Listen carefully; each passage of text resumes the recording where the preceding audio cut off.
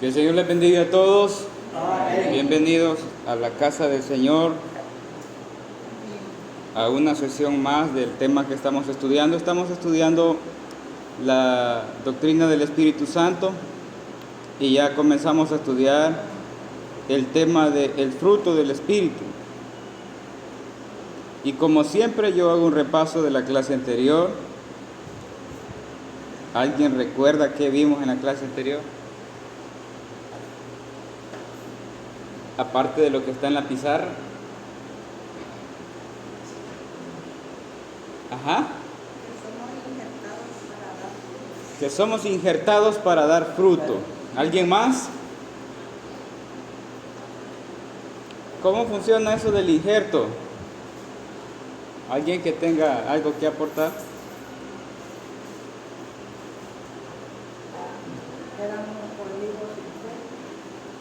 Exactamente, que venimos del olivo silvestre.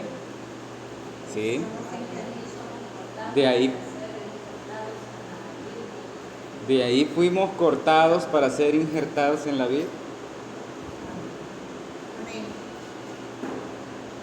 Ya vi que pusieron atención. En la clase anterior, hermanos, estuvimos estudiando la naturaleza de la vid y también la naturaleza del olivo silvestre.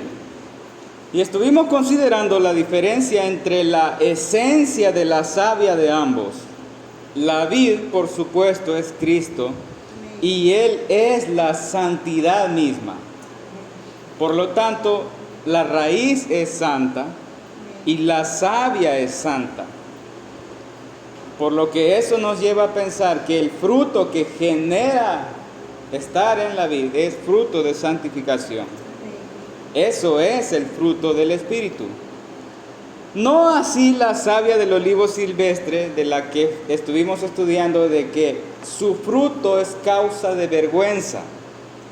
Que la esencia de la savia del olivo silvestre es pecado. Por lo tanto, cuando nacemos en esta tierra, simplemente somos un brote de ese olivo silvestre. Y a medida que crecemos, la savia que corre dentro de nuestro interior, sin Cristo, es el pecado. Por la razón de que nacemos en pecado. David escribió en un salmo, el que leímos, en maldad fui concebido y en pecado me concibió mi madre. Así dice el versículo. En maldad fui formado y en pecado me concibió mi madre. Por lo tanto, nacemos con una naturaleza pecaminosa y necesitamos ser cortados del olivo silvestre para ser libertados y llevados a ser injertados en la vid que es Cristo. Y lo que aprendimos es que el injerto, tal como lo dibujé ahí en el centro, es una pieza ajena a donde va a ser injertado. Un injerto es injertado en la vid y entendemos que la vid tiene raíz santas y su savia es santa. Esa savia va a cruzar desde su interior dándole vida, pero aprendimos que aunque la savia esté dándole vida y esté siendo alimentado y esté siendo nutrido y esté creciendo y lo haga dar fruto de santificación, ese injerto no pierde totalmente su composición original de donde fue cortado. Aunque ya no es completa y absolutamente su vida como una vida de pecado, cuando está injertado en la vid, aún hay parte de su naturaleza de pecado con la cual debe luchar y la cual es el objeto del Padre para limpiarlo. Siempre daremos fruto conforme a la savia que nos mantiene vivos. Y el apóstol Pablo, cuando está hablando del fruto, habla de características externas, pero también describe la esencia y la composición de los del Espíritu y los de la carne. Rápidamente debo hacer una diferencia aquí, que los que son injertados en Cristo, ellos ya no podrían estar injertados en Cristo, siendo alimentados y nutridos por Él, y que sus vidas externas se describan con todas las obras de la carne. Eso ya no puede pasar, porque están en Cristo. Cuando una persona no tiene el Espíritu Santo de Dios en su vida se va a describir con todas las características de las obras de la carne. Pero si una persona está injertada en Cristo, ya no puede ser descrito de esa forma. Y ya no puede vivir de esa forma. Ahora es un espécimen raro que en vez de dar fruto de vergüenza, que es lo original de su naturaleza carnal, ahora da fruto de santificación, y eso es raro en un humano, pecador, con naturaleza pecaminosa. Él no será perfecto. Alguien que viene a Cristo y es injertado en Cristo no será perfecto, no será santo, puro, sin pecado como Cristo. Pero será notorio que está injertado en Cristo. Y es que la savia de Cristo va a atravesar desde su interior hasta su exterior, y sus frutos serán frutos de santificación. Probablemente en él se vean un par de hojitas o brotes de su naturaleza humana de carne, pero el Padre ha prometido que las limpiará. Y las limpiará por medio de su palabra. Y si el injerto perdiera totalmente su originalidad, se convirtiera exactamente como la vida en donde fue injertado. Pero eso quiere decir que si él perdiera toda su originalidad, fuera exactamente como Cristo en esta carne. Y eso es imposible.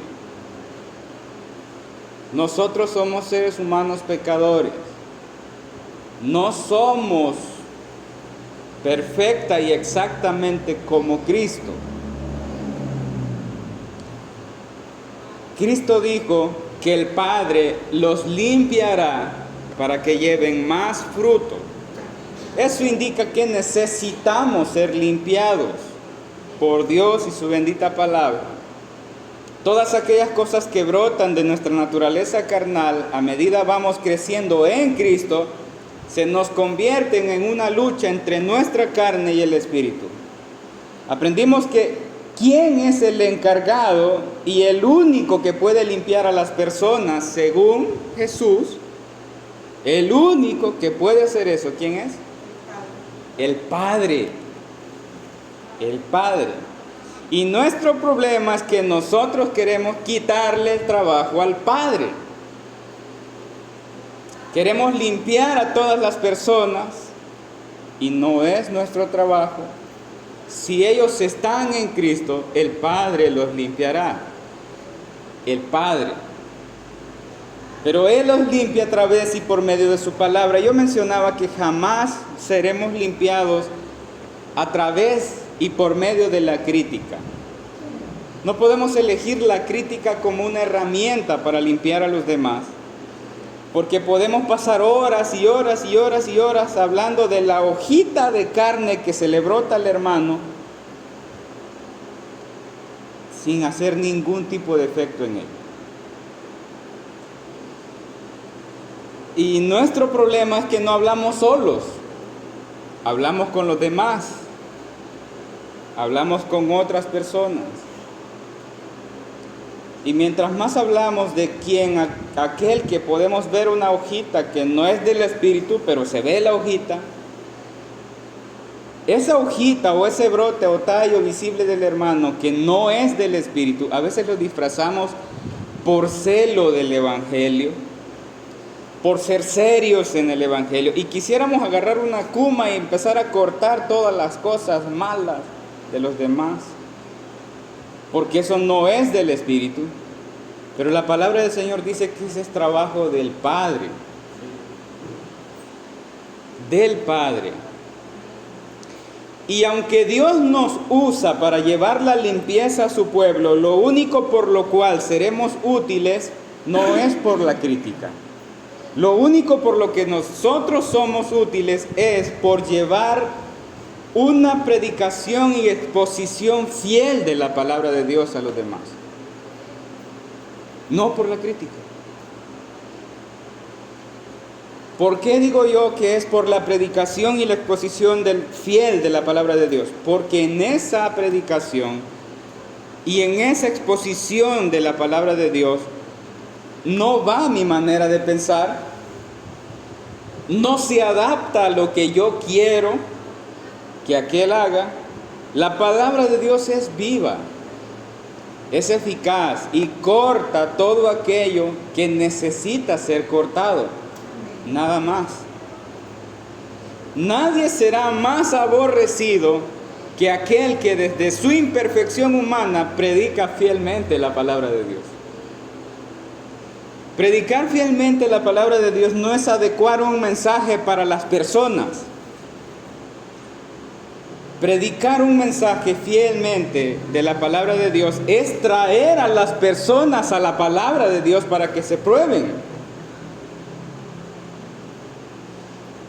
Predicar fielmente la palabra de Dios no es evitar herir los sentimientos de alguien porque es demasiado importante. Predicar fielmente la palabra de Dios es traer a cada uno para que pruebe sus obras si son buenas y si son malas por medio de la palabra de Dios. Eso es predicar la palabra de Dios fielmente. Si nosotros predicamos la palabra de Dios de esa manera, eso es ser limpiado. Ser limpiado duele. Ser limpiado es ser herido. Ser limpiado es sentir la espada de Dios cortando lo malo. Y Cristo dijo que el Padre los limpiará para que lleven más fruto. Es evidente que tenemos una realidad maravillosa en nosotros, que es la poderosa obra del Espíritu Santo que nos conforma a la semejanza de Cristo, pero también una triste realidad que es nuestra carne,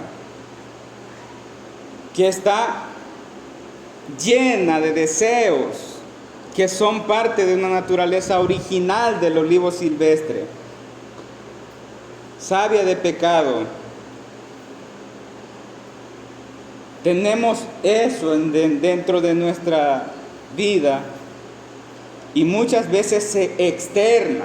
Y esta mañana la vamos a usar para analizar lo que el apóstol Pablo nos enseña en la palabra de Dios, siempre en los versículos que estamos estudiando de Gálatas capítulo 5. El tema de hoy es deseos que se oponen.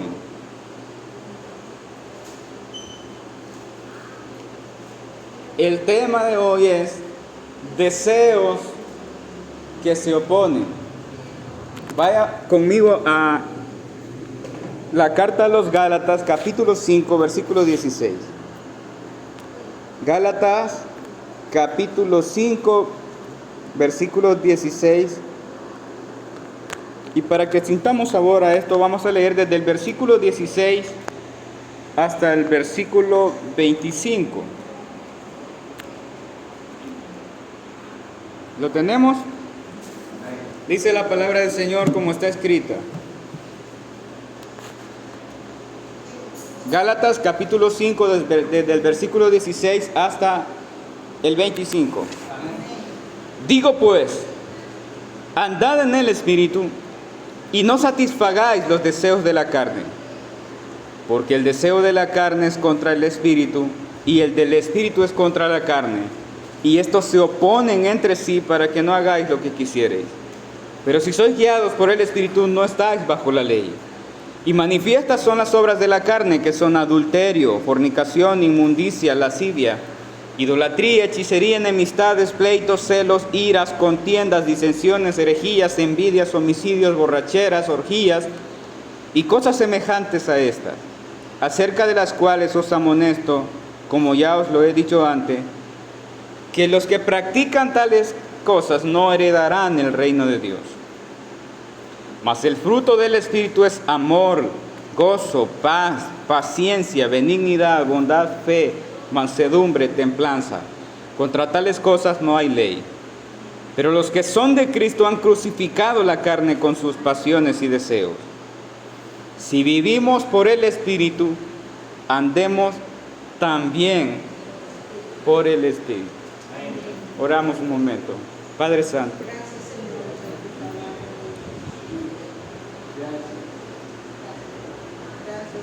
nos presentamos delante de tu presencia, Señor.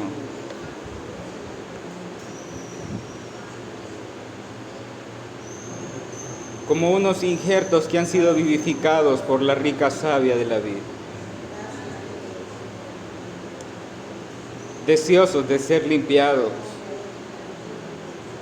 Deseosos de experimentar que la esencia de tu savia fluya por nuestro interior y nos haga dar fruto. Espíritu Santo, ven sobre nosotros, ilumina nuestras mentes, lleva claridad, Señor, y cumple tus propósitos en nuestra vida. En el nombre de tu Hijo amado, Jesucristo, lo pedimos, Padre Santo. Amén y amén. Hermanos, después de estudiar de que somos injertos en Cristo, injertados en Cristo, el apóstol Pablo nos ha dado en este versículo un imperativo. En el versículo 16 dice, andad en el Espíritu. Pero la pregunta aquí sería ¿cómo puedo andar en el Espíritu? Lo primero que debemos recordar es que el Espíritu Santo es una persona. Pero ¿cómo podemos andar en una persona?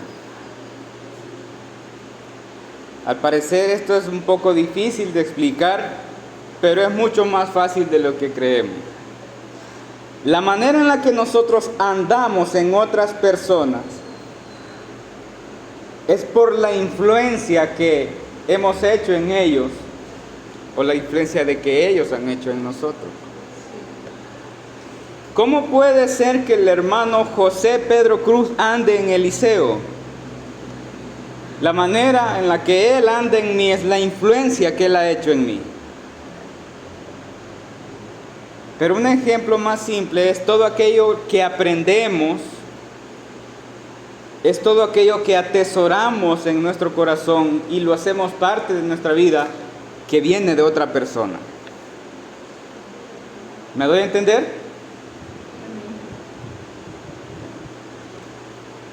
Por ejemplo, la manera en la que un esposo anda en su esposa es la forma en la que él ha influenciado en su vida a través de sus palabras, sus conversaciones, los tiempos de calidad, tiempos de intimidad propias de ellos dos. La manera en la que su esposa actúa, aunque su esposo no esté, está directamente proporcionada a lo que su esposo ha hablado con ella. Y ella va a actuar y ella va a decidir buscando la manera de acuerdo a todo lo que tiene de él, esposo, en su mente. De la misma manera el esposo.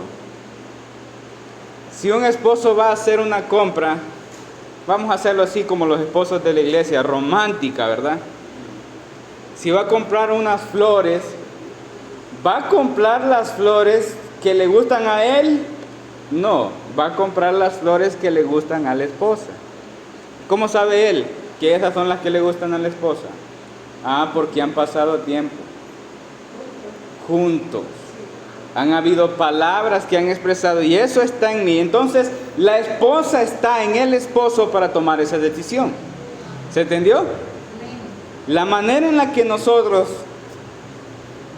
tenemos a otras personas o estamos en otras personas es la influencia que tenemos en ellos. Cuando el apóstol Pablo nos manda a andar en el Espíritu, no está diciendo que todas nuestras decisiones y acciones sean hechas bajo nuestra propia decisión y deseo. Está diciendo de que nuestras acciones y decisiones sean hechas bajo la influencia del Espíritu Santo. a través de su palabra que recibimos en momentos de intimidad con Él. ¿Se entendió? ¿Sí?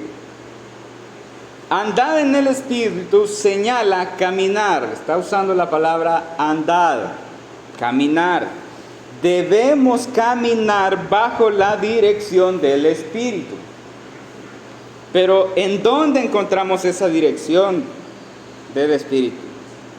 Vea lo que dice Juan capítulo 6, Evangelio de Juan capítulo 6, versículo 63.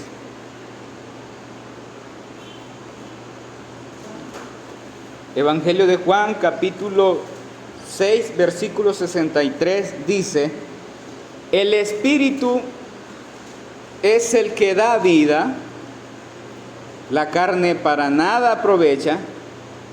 Las palabras que yo os he hablado son espíritu y son vida.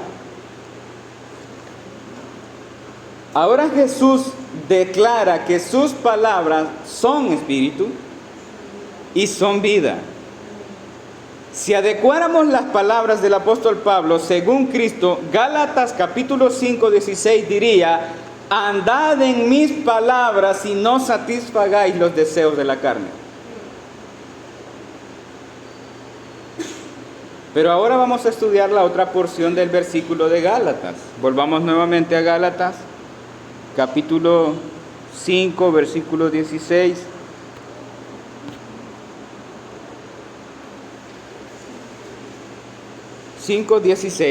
Digo pues, andad en el Espíritu y no satisfagáis los deseos de la carne. No satisfagáis los deseos. Satisfacer es un complemento del verbo saciar. Y saciar es la palabra que utilizamos cuando hemos dado por finalizada la demanda de la exigencia del hambre. El apóstol Pablo aquí nos está diciendo que nuestra naturaleza pecaminosa es una hambre que exige pecar, que demanda pecar. Pero también es ejemplificado de la siguiente manera. Tenemos ahora como injertos las dos naturalezas, un hombre carnal con el cual lucharemos y un hombre espiritual que debe crecer a la semejanza de Cristo, que es impulsado por el poder del Espíritu Santo. El apóstol Pablo habla en este capítulo de la lucha de las dos naturalezas del injerto, la naturaleza de la rica savia de la vid y la naturaleza original que trae del olivo silvestre. Pero él lo presenta como un deseo del Espíritu que mora en nosotros y el deseo de la carne que también actúa en nosotros. Somos participantes de eso. Así como también presenta y define la composición del fruto del Espíritu en 9 palabras, que son características externas, también presenta la composición de la savia del olivo silvestre con obras de la carne, en obras externas, en la descripción de 17 cosas y muchas más semejantes. La importancia a recalcar de esto es que el apóstol Pablo enseña que esta naturaleza en nosotros es como un hambre, con una hambre de desesperación, de ser saciada. Y en ese fragmento nos exhorta a no satisfacer, a no llenar, a no saciar las demandas del hambre de pecado. Es una realidad en nosotros ese apetito desesperante por pecar. Pero el apóstol Pablo nos manda, digo pues, andad en el Espíritu. Y claramente señala que debemos caminar en nuestras vidas totalmente siendo dominados, controlados, influenciados, guiados por el Espíritu. Y no satisfagáis los deseos de la carne. Cuando un injerto es cortado, está acostumbrado a succionar de la raíz la savia que le alimenta para poder crecer. Eso puede ser el ejemplo de nosotros de un hambre demandante. Pero cuando el injerto es cortado del olivo silvestre y es injertado en la vid, el hambre que posee debe ser saciada de la savia de la vid. Entonces ya no va a satisfacer ninguno de sus deseos de la carne, porque la savia del Espíritu Santo no es alimento para ninguna de las obras de la carne. La savia es santa. La naturaleza del pecado va a comenzar a morir de hambre, porque la savia de la vid solo alimenta el espíritu.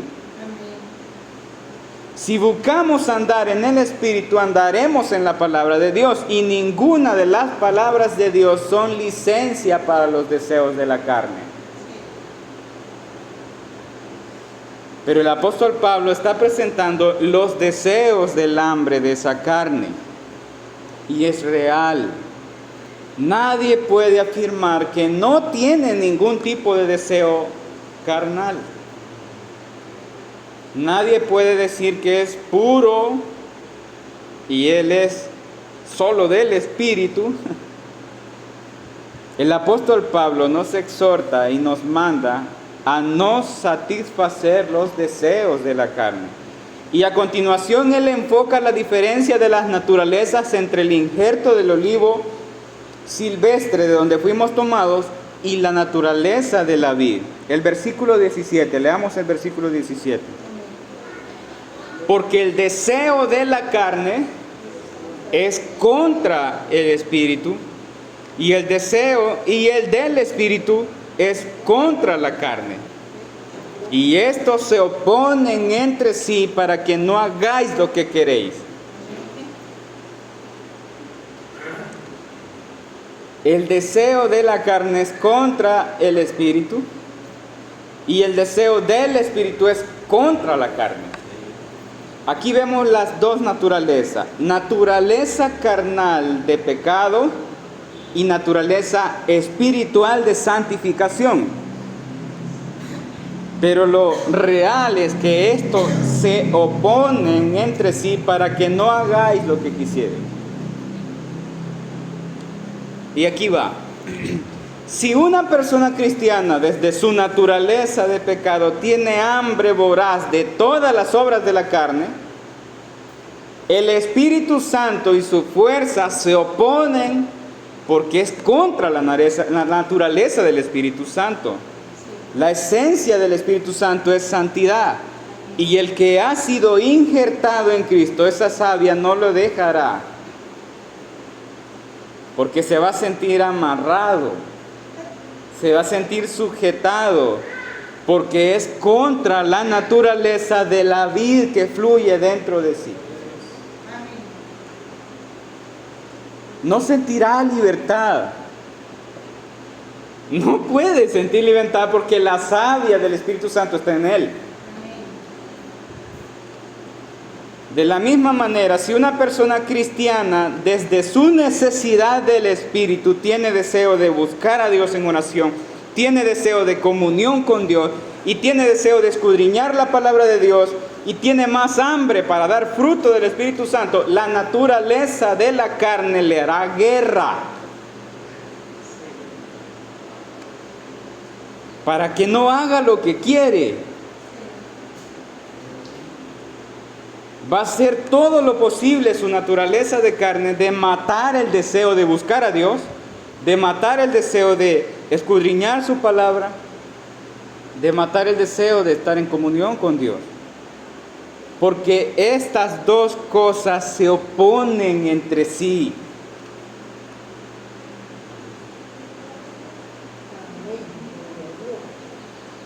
Cuando queremos pecar, siempre hay algo que se opone a nuestro deseo de pecar.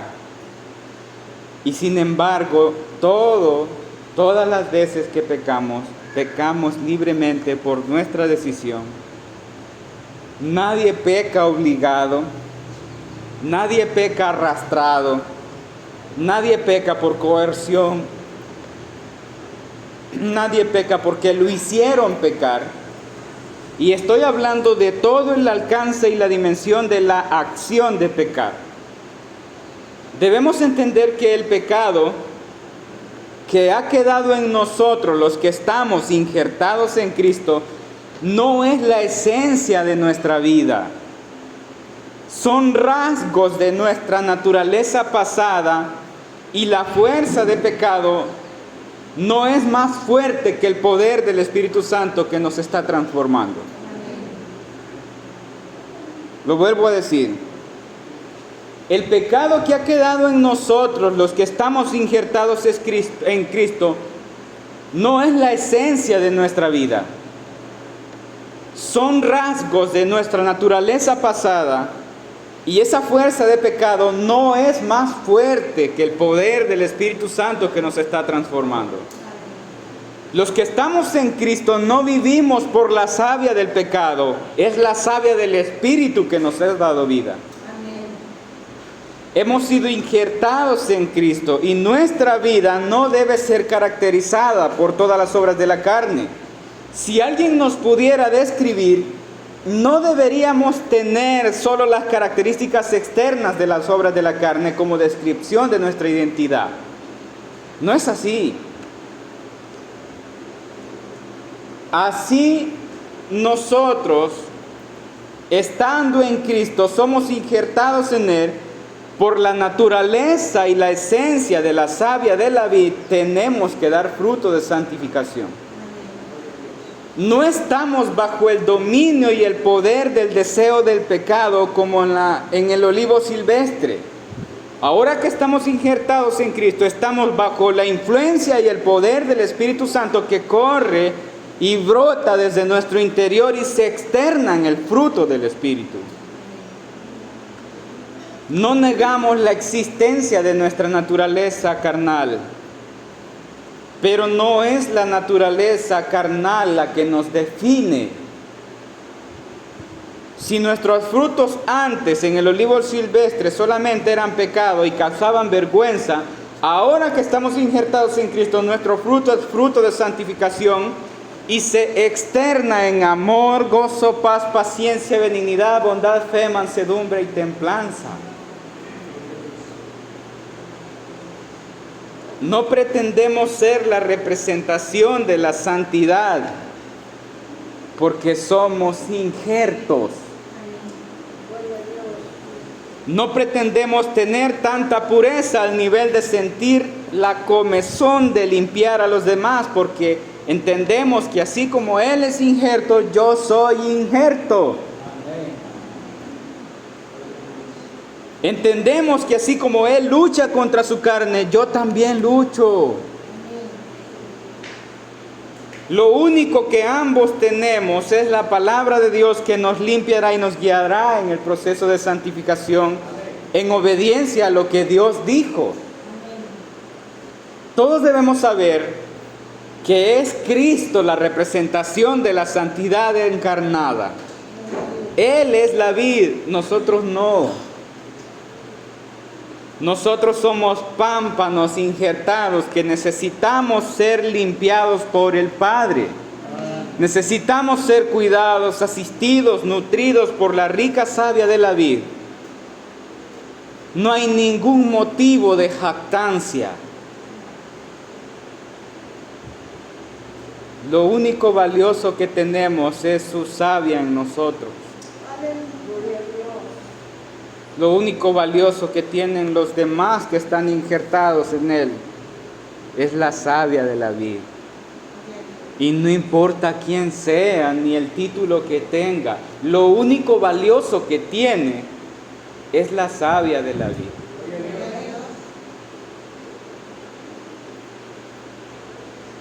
Creo que debemos aprender a ver más los efectos del Espíritu Santo en nuestros hermanos que su naturaleza carnal. Y quiero descubrir algo aquí. Estamos tan habilidosos de detectar la deficiencia y lo defectuoso de los demás que no logramos ver en ellos aquellas cosas que solo el Espíritu Santo puede producir.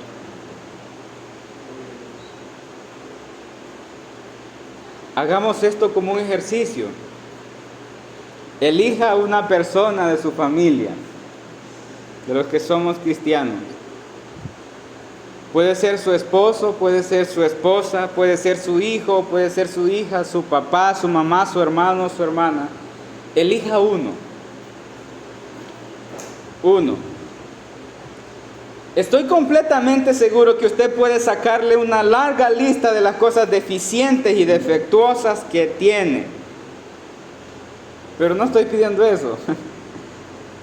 Yo sé que ya tenemos un doctorado en eso, pero no es eso lo que quiero hoy.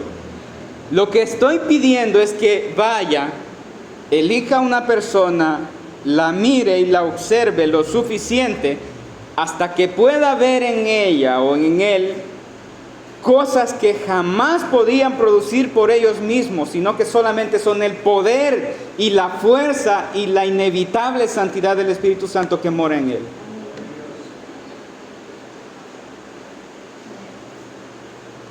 Hágalo. Elija una persona. Obvie las características defectuosas que tiene, obsérvelo. Y vea lo que el Espíritu Santo puede hacer en él. Vea lo que el Espíritu Santo ha hecho en él. Elija a su esposo, a su esposa.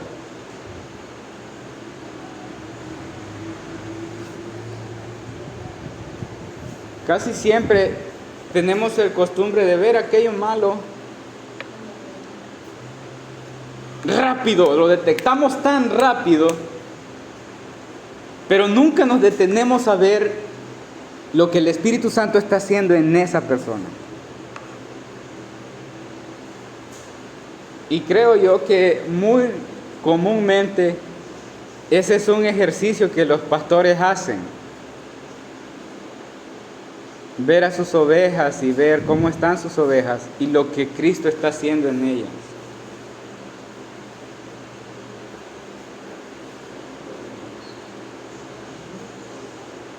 Hágalo de ejercicio y va a ver cuán poderoso es el Espíritu Santo en una persona.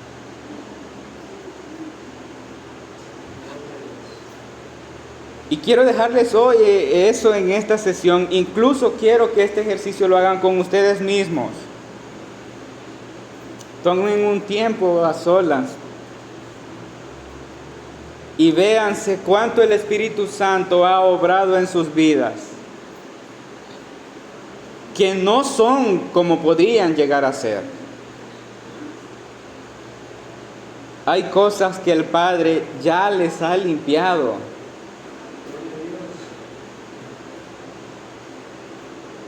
Hay cosas que antes hacía que hoy aborrecen.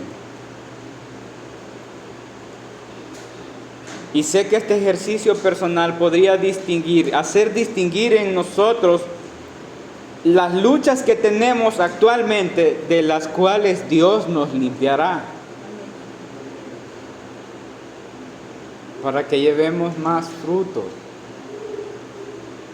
Y si usted hace este ejercicio y ve en su vida lo que el Espíritu Santo ha hecho y lo que está haciendo, usted va a ver el proceso de su santificación. Y espero que Dios, el Espíritu Santo, les reafirme su fe, dándoles la seguridad de que están injertados en Cristo.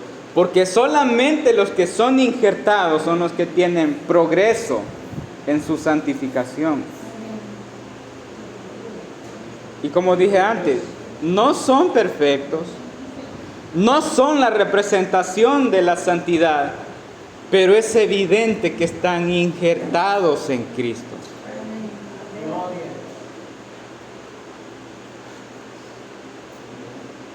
Vamos a continuar el próximo domingo, si Dios así lo permite. Esta es la clase de hoy, hermanos. Que el Señor les bendiga.